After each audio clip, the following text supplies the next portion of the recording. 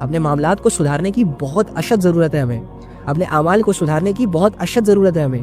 اپنی منمانی زندگیوں کو ہم نے چھوڑنا ہوگا. اللہ رب العزت کی طرف چاہتے ہوئے یا نہ چاہتے ہوئے ہم نے آنا ہوگا، کیونکہ ہمارے پاس اور کوئی آپشن نہیں ہے.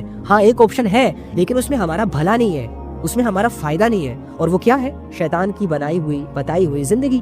اس میں ہمارا نفس تو خوش رہے گا، لیکن ہماری روح اور ہمارا جسم مرنے کے بعد دوزخ کے حوالے ہو جائے گا. تو کیا فائدہ چند شاموں کے لیے اپنی شاموں کو رنگین کرنے کا؟ کیا فائدہ نفس کی 2 گھڑی چاہتوں کے لیے اتنا بڑا نقصان اٹھانے کا؟ بہت کم عرصہ بچا ہے ہمیں اپنے آپ کو سدھارنے کے لیے. یہ دیکھو آج بھی ہماری مسجدوں سے اعلانیں ہوتی ہیں، فلاں بنت فلاں، فلاں ابن فلاں وفات پا گئے ہیں جی، اس کا اتنے بجے جنازہ ہے جی، جنازے میں شریک ہو کر ثواب دائرین حاصل کریں. اس طرح آپ کا بھی اعلان ہوگا، میرا بھی اعلان ہوگا، بلایا جائے گا لوگوں کو ہمارے جنازے کی طرف. پھر لوگ نہیں آئیں گے. کیوں نہیں آئیں گے؟ یار دکان بند کریں گے تو ہمیں 500 کا 1000 کا نقصان ہو جائے گا. جنازہ ہے کوئی نہیں، ہو جائے گا یار، اب مر گیا تو بس اللہ اس کی مغفرت فرمائے، بس ایسا کہہ کے ہمیں دفنا دیا جائے گا. یہی ہماری وہ دنیا کے لوگ تھے جن لوگوں کو خوش کرنے کے لیے ہم اللہ کو راضی کرنا بھول گئے تھے، جن لوگوں کو ہم نے اتنا ٹائم دیا تھا کہ ہم اللہ کو ٹائم دینا بھول گئے تھے. آج یہ لوگ میرے جنازے پہ کہتے کہ یار میرے پاس ٹائم نہیں ہے جنازے میں شریک ہونے کا، اللہ بس اس کی مغفرت فرمائے، اور جان چھڑا کر اپنے کاموں میں مصروف ہو جائیں گے. آپ بھی بہت سارے لوگ بہت سارے جنازوں کے بارے میں ایسے کرتے ہوں گے، تو یہ آپ کے ساتھ بھی ہونے والا ہے. دنیا کی اتنی بڑی حقیقت ہمارے سامنے ہے، اور اگر ہم نے اس حقیقت سے سبق نہ حاصل کیا، دھوکے میں مر جائیں گے. کبھی کبھی امیجن کیا کریں تھوڑا سا. اللہ تعالیٰ فرماتے ہیں یا ایھا الذین آمنوا قوا انفسکم واہلیکم نارا وقودها الناس والحجارہ. اے ایمان والو، اپنے آپ کو اور اپنے گھر والوں کو اس آگ سے بچاؤ جس کا ایندھن انسان اور پتھر ہوں گے. یہاں پتھر سے مراد پتھر کے وہ بت بھی ہیں جنہیں لوگ پوج رہے ہیں. ان کو بھی دوزخ میں عبرت کے طور پر ڈالا جائے گا تاکہ بت پرست ان پتھروں کا انجام دیکھیں جن کو انہوں نے خدا بنایا ہوا تھا. ہاں تو مجھے بتاؤ، جب ایک انسان ساری عمر ایک پتھر کی عبادت کرتا ہے اتنے بڑے عظیم رب کے ہوتے ہوئے، وہ رب کے جس نے اس کو پیدا کیا اور پیدا ہونے سے لے کر مرنے تک اس کی تمام ضروریات کو پورا کیا، اس رب کے ہوتے ہوئے جب ایک انسان کسی پتھر کی عبادت کرتا ہے اور اس پتھر کی عبادت کرتے کرتے وہ مر جاتا ہے، اور مرنے کے بعد جب ایسے شخص کو اللہ قیامت کے دن اپنے سامنے کھڑا کرے گا، اور یہ جس کی عبادت کرتا تھا اس کی آنکھوں کے سامنے اس پتھر کو آگ میں ڈالا جائے اس نیت کے ساتھ کہ یہی پتھر تمہارے جہنم کی آگ کو بھڑکائے گا، تو یہ کتنا ایک عجیب فیلنگز سے گزرے گا نا، کتنا یہ افسوس کرے گا، کتنا اسے ندامت ہوگی، اور کتنا یہ ڈر کا سامنا کرے گا، کتنا یہ ڈرے گا کہ اوہو یہ کیا ہو گیا، یہ میں کیا کر کے آ گیا. مجھے بتاؤ ایسے انسان کی کیا فیلنگز ہو سکتی ہیں اس وقت. تھوڑا سا امیجن کر لیں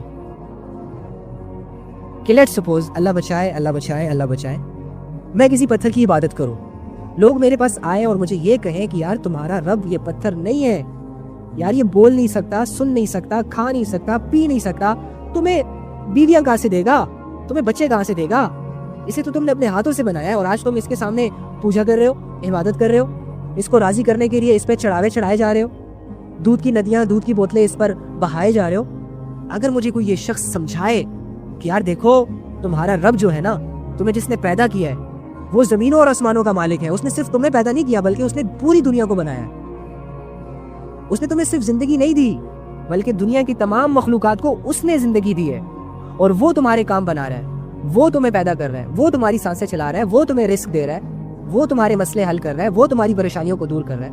اور میں آگے سے کہوں یار تم پاگل ہو، تم کیا کہہ رہے ہو مجھ سے، میرے باپ دادا بہن بھائی میرے سارے خاندان ان بتوں کی پوجا کرتے تھے، اور تم پتہ نہیں کون سے خدا کی طرف مجھے بلا رہے ہو، میں اپنے باپ دادا کے دین کو چھوڑ دوں اور تمہارے دین کو اختیار کر لوں، کیوں؟ اور وہ بندہ مجھے سمجھا کے تھک جائے، بیزار ہو جائے اور چلا جائے، مجھے سمجھانا بھی بند کر دے، اور میں اسٹل انہی پتھروں کی عبادت کر رہا ہوں لیٹ سپوز. اور ایک اب آخری دن آ گیا میرا، اب آخری دن آ گیا میرا اور مجھے موت آ گئی اور میں چلا گیا اس دنیا سے، اور قیامت کے دن مجھے دوبارہ زندہ کیا گیا، اور میرے سامنے وہ پتھر بھی رکھا گیا جس کی میں عبادت کرتا تھا، میرے سامنے وہ خدا بھی رکھے گئے جتنے بھی تھے میں نے جو دنیا میں بنائے تھے، جن کو میں نے اللہ کے ساتھ شریک کیا تھا۔ اب وہ سارے پتھر، وہ سارے لوگ، وہ سارے خدا میرے سامنے ہیں، اور اللہ رب العزت جو کہ اس دنیا کا حقیقی رب ہے، اللہ رب العزت جو کہ اس دنیا کا حقیقی مالک ہے، اب وہ ان سارے خداؤں کو میری آنکھوں کے سامنے جہنم میں ڈال لیں، اور وہ آگ جس میں میں جانے والا ہوں انہی جھوٹے خداؤں سے وہ بھڑکائی جائے۔ تو میری اب اللہ رب العزت جب ان سارے خداؤں کو میری آنکھوں کے سامنے آگ میں ڈالے گا جس آگ میں میں جانے والا ہوں، اور میں جب یہ دیکھوں گا کہ میری وہ آگ جس میں میں جانے والا ہوں اپنے کفر، شرک، گناہ، نافرمانیوں کی وجہ سے، وہ ان خداؤں کی وجہ سے جن کو میں اللہ کے ساتھ شریک ٹھہراتا تھا بھڑکائی جا رہی ہے، اور میں کھڑا یہ سب کچھ دیکھ رہا ہوں، تو مجھے بتاؤ کہ میرا کیا عالم ہوگا اس وقت؟ میں اس وقت کس درجے کا افسوس کر رہا ہوں گا، میں کتنا اپنے آپ کو کوس رہا ہوں گا، مجھے کتنا گلٹ فیل ہو رہا ہوگا اپنی لائف پہ، اور میں کتنا روؤں گا، میں کتنا گڑ گڑاؤں گا، میں کتنی منتیں کروں گا اپنے اللہ کی۔ کبھی سوچا ہے؟ اسی لیے تو کہتے ہیں مرنے سے پہلے مر جاؤ تاکہ تمہیں سمجھ آ جائے، تمہیں جینا آ جائے۔ مرنے سے پہلے خود کو مار دو تاکہ تمہیں جینا آ جائے۔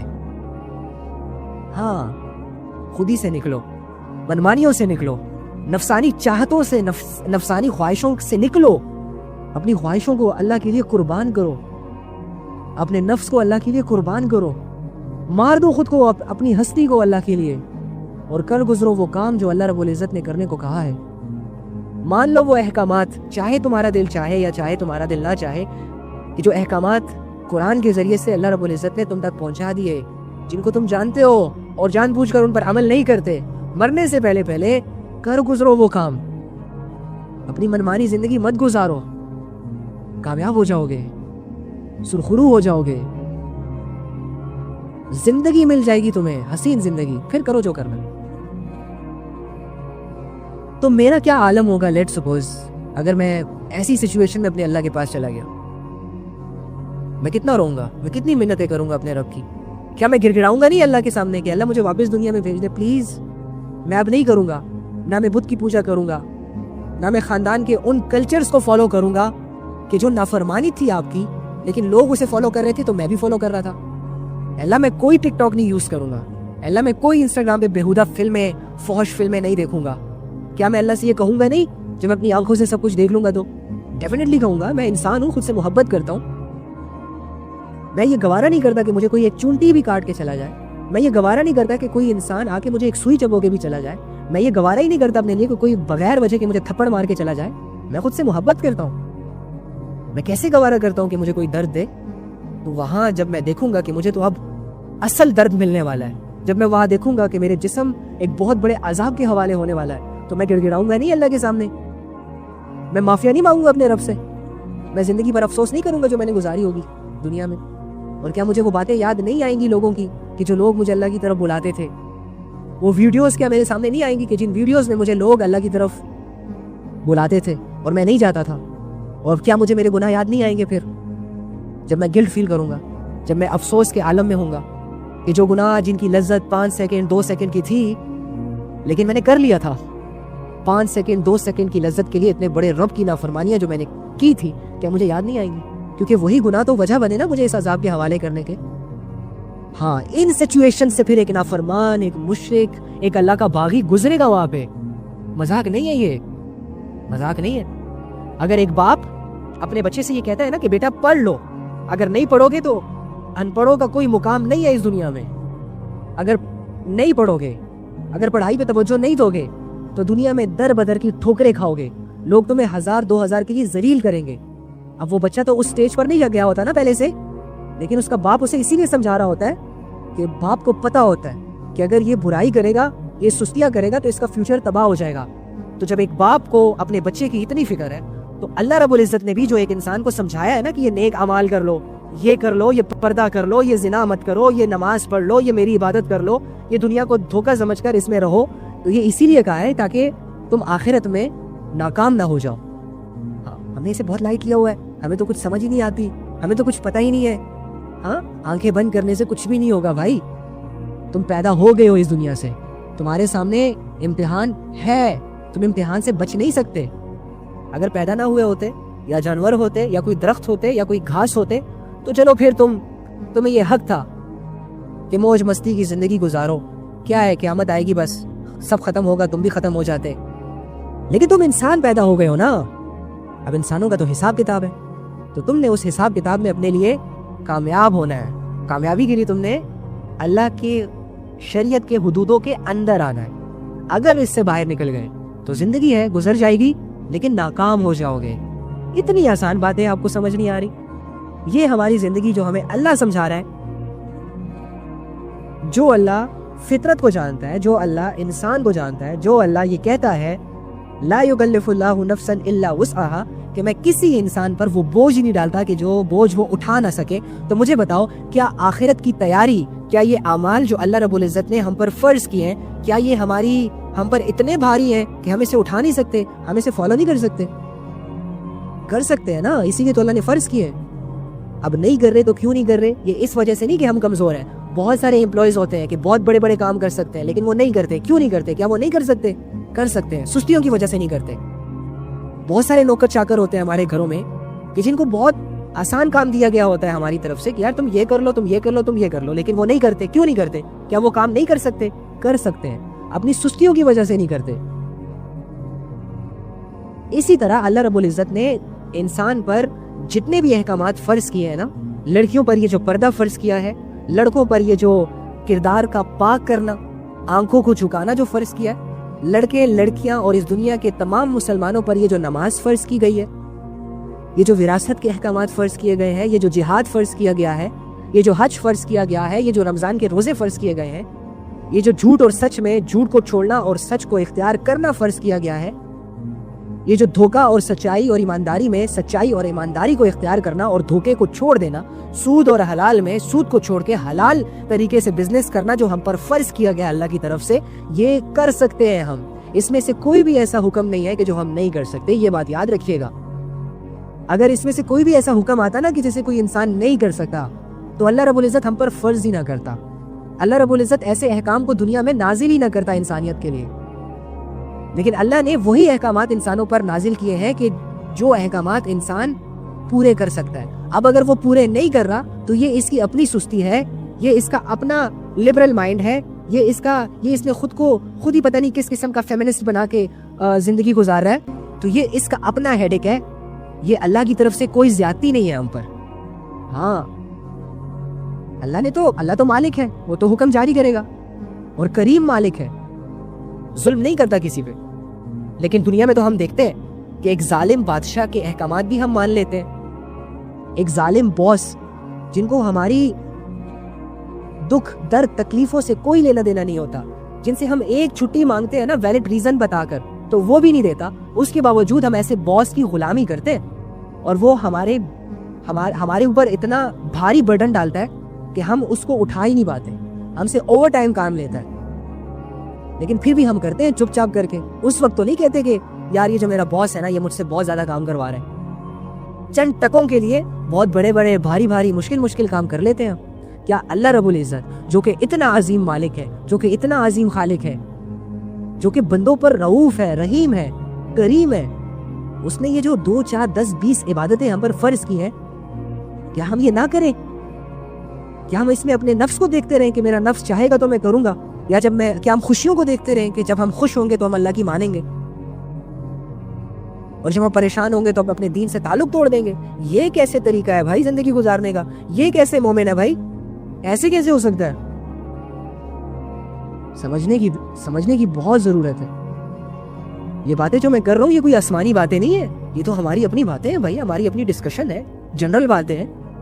یہ ہمیں نہیں پتا کہ ہم اس دنیا میں امتحان کے لیے آئے ہیں؟ کیا ہمیں نہیں پتا کہ ہم نے مرنا ہے؟ کیا ہمیں نہیں پتا کہ ہم نے مرنے کے بعد دوبارہ زندہ ہونا ہے؟ کیا ہمیں نہیں پتا کہ ہمارا ایک رب ہے؟ کیا ہمیں نہیں پتا کہ ہمارے رب نے ہم سے زندگی کے بارے میں سوال کرنے ہیں؟ کیا ہمیں نہیں پتا کہ اللہ رب العزت ہمارے ہر ایکشنز کو دیکھ رہا ہے؟ کیا ہمیں نہیں پتا کہ اللہ رب العزت ہمیں سزا بھی دے سکتا ہے اور جزا بھی دے سکتا ہے؟ پتا ہے؟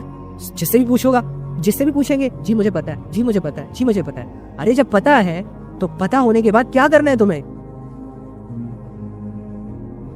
خود کو گمراہیوں کے حوالے کرنا ہے، خود کو گناہوں کے حوالے کرنا ہے، یا انسان کے بچے بننا ہے، یا اپنے رب کی اطاعت کی طرف آنا ہے، رب کی فرمانبرداری کی طرف آنا ہے؟ تو اللہ فرما رہے ہیں یا ایھا الذین آمنوا قوا انفسکم واہلیکم نارا وقودھا الناس والحجارہ، اے ایمان والو اپنے آپ کو اور اپنے گھر والوں کو اس آگ سے بچاؤ جس کا ایندھن انسان اور پتھر ہوں گے۔ کیا ہم بچا رہے ہیں؟ نہیں۔ کیا آپ بچا رہے ہیں خود کو اللہ کی آگ سے؟ نہیں۔ کیسے بچائیں گے؟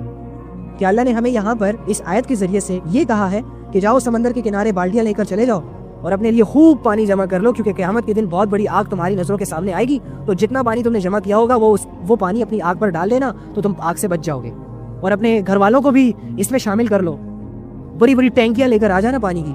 ارے یار، اللہ رب العزت یہاں ہم سے یہ کہہ رہے ہیں کہ ایسے اعمال کرو جس کی وجہ سے تم آخرت میں کامیاب ہو جاؤ، اور اپنے گھر والوں سے بھی ایسے اعمال کرواؤ کہ جس سے تمہیں جہنم میں نہ ڈالا جائے، تمہارے گھر والے بھی جہنم کی آگ سے بچ جائیں۔ اور وہ اعمال کیا ہے؟ وہ اعمال آپ سب کو پتہ ہے۔ اللہ رب العزت یہی چاہتے ہیں کہ تم بچ جاؤ، اسی لیے یہ آیت نازل ہوئی ہے۔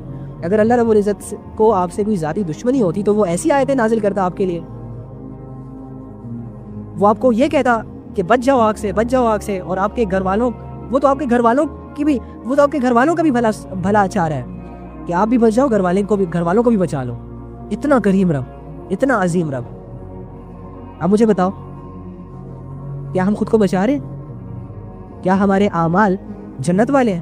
کیا ہمارے اعمال، ہماری سوچ، ہمارا ایٹیٹیوڈ، ہمارا کاروبار، ہمارا لین دین، ہمارا اخلاق جنت والا ہے یا جہنم والا ہے؟ اگر جہنم والا ہے پھر تم اللہ کی اس آیت پر پورا نہیں اتر رہے، اور اگر بچنے کی کوشش کر رہے ہو، گناہ کرنے کے بعد توبہ کر رہے ہو، توبہ کرنے کے بعد اگر پھر گناہ ہو جائے پھر توبہ کر رہے ہو، اور گناہوں کو چھوڑنے کی کوشش بھی کر رہے ہو لیکن پھر گناہ ہو رہے ہیں، کوئی بات نہیں، پھر چھوڑنے کی کوشش کر رہے ہو، تو یہ تم کر رہے ہو، اپنے آپ کو بچا رہے ہو اس آگ سے۔ لیکن اگر گناہ کرنے کے بعد یہ کہتے ہو کہ بڑا مزہ آیا، اور پھر اس گناہ کو لوگوں میں فخر کے طور پر ڈسکس بھی کرتے ہو کہ میں نے فلاں کام کیا، تو یہ تم بچا نہیں رہے خود کو اپنی جہنم کی آگ سے۔ بیسیکلی جب تم کوئی گناہ کرتے ہو اور یہ کہتے ہو نا کہ مجھے اس گناہ سے بڑا مزہ آیا، تو تم اپنی جہنم کی آگ کو بھڑکا رہے ہو، اور اپنے آپ کو یہ کہہ رہے ہو کہ یار بڑا مزہ آ رہا ہے اس آگ کو جلاتے ہوئے، یار دیکھو کتنی بڑی آگ لگا دی میں نے اپنے لیے۔ ہاں، یہ روش ہوتی ہے۔ بچ جاؤ، آ جاؤ اللہ کی طرف۔ اگر اللہ رب العزت یہ چاہتے ہیں کہ تم جہنم میں نہ جاؤ، اگر اللہ رب العزت یہ چاہتے ہیں کہ تم اور تمہارے گھر والے جہنم کی آگ سے بچ جائیں، تو آپ بھی اپنے لیے یہ چاہ لو کہ ہاں ٹھیک ہے یار، آج تک کی جتنی بھی زندگی، جتنے بھی اعمال میں نے کیے ہیں نا، اس نے مجھے فائدہ نہیں دیا، میرے رب کو مجھ سے ناراض کر دیا، تو چلو آج کے بعد جتنی زندگی میری بچی ہے نا، اس میں اپنے رب کو راضی کرنے کی کوشش کر لیتا ہوں، اس میں ایسے اعمال کر لیتا ہوں کہ جس سے میری جنت بن جائے۔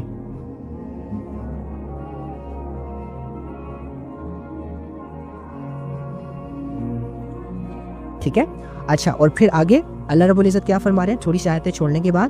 یا ایھا الذین آمنوا توبوا الی اللہ، اے ایمان والو اللہ کے حضور توبتاً نصوحا، سچی توبہ کرو۔ اب یہ دیکھو، اللہ چاہتے ہیں نا انسان سے کہ اللہ انسان سے یہ چاہ رہے ہیں نا کہ ایمان والا اللہ کے سامنے آئے اور سچی توبہ کرے۔ اب مجھے ایک بات بتاؤ، اگر لیٹ سپوز میں آپ سے یہ کہتا ہوں کہ یار اب سالانہ 10 بجے لائیو آ جانا پلیز، کیونکہ میں نے یہاں آنا ہے لائیو اور ہم اللہ کی باتیں کریں گے۔ اب یہ بات میں کیوں کروں گا؟ کیونکہ میں نے 10 بجے آنا ہے، میں نے باتیں کرنی ہے، اس لیے آپ کو بلا رہا ہوں۔ اسی طرح لیٹ سپوز میں آپ سے یہ کہتا ہوں کہ یار آج افطاری پر میرے گھر آ جانا، کیوں بول رہا ہوں؟ کیونکہ یار میں نے افطاری پر آپ کو کھانا کھلانا ہے، میں نے آپ کو روزہ افطار کروانا ہے، اسی لیے میں آپ کو کہہ رہا ہوں کہ یار آج افطاری میرے گھر پہ کرو، ٹھیک ہے؟